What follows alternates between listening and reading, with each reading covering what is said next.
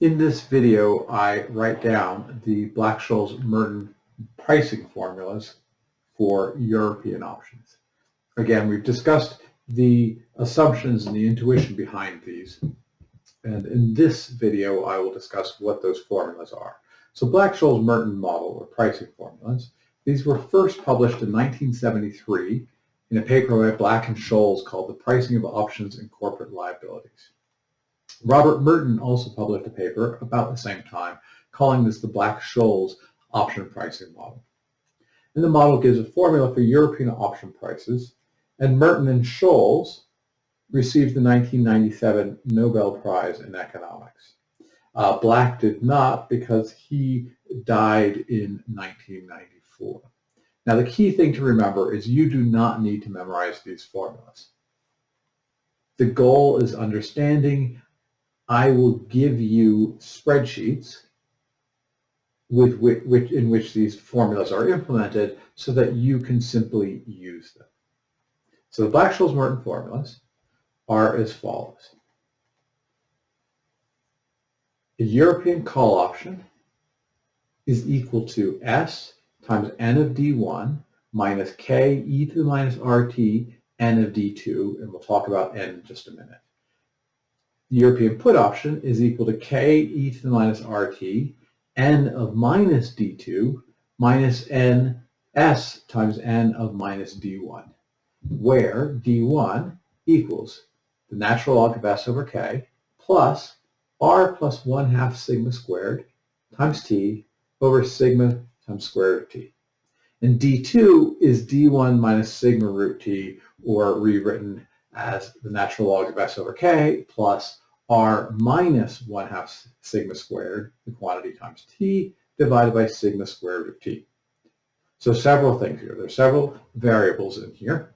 We've got S, the stock price, K, the strike on the option, T, the maturity of the option, R, the risk-free rate, sigma, the volatility.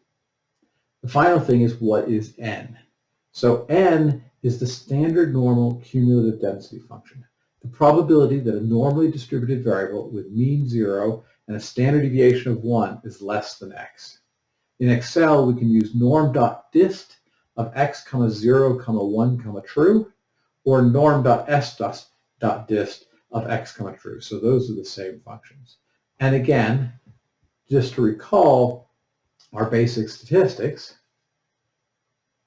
N of x is the cumulative density function. It's the area under the probability density function. Now, if we step back for a second and look again at these formulas, there is a key realization here. When building the framework, we had the expected drift, or where do we think the stock is going. In the price of the option, we don't have our expected return on the stock. We just have the risk-free rate. And this gives rise to what is known as risk-neutral valuation. The variable mu, expected return or drift, does not appear in the differential equation. It does not appear in the formula. And so the equation, the price of an option, is independent of variables affected by risk preference. And this is the principle of risk-neutral valuation. We've seen this and discussed this at some length when we were looking at binomial trees. Right? When we looked at the binomial trees, we had the dealer price the option using this risk-neutral idea, creating portfolios that have no risk, that simply earn the risk-free rate.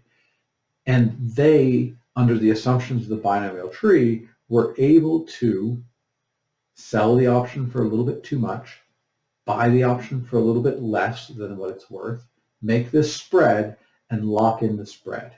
The same thing happens in the Black-Scholes-Merton pricing formulas. The same ideas occur.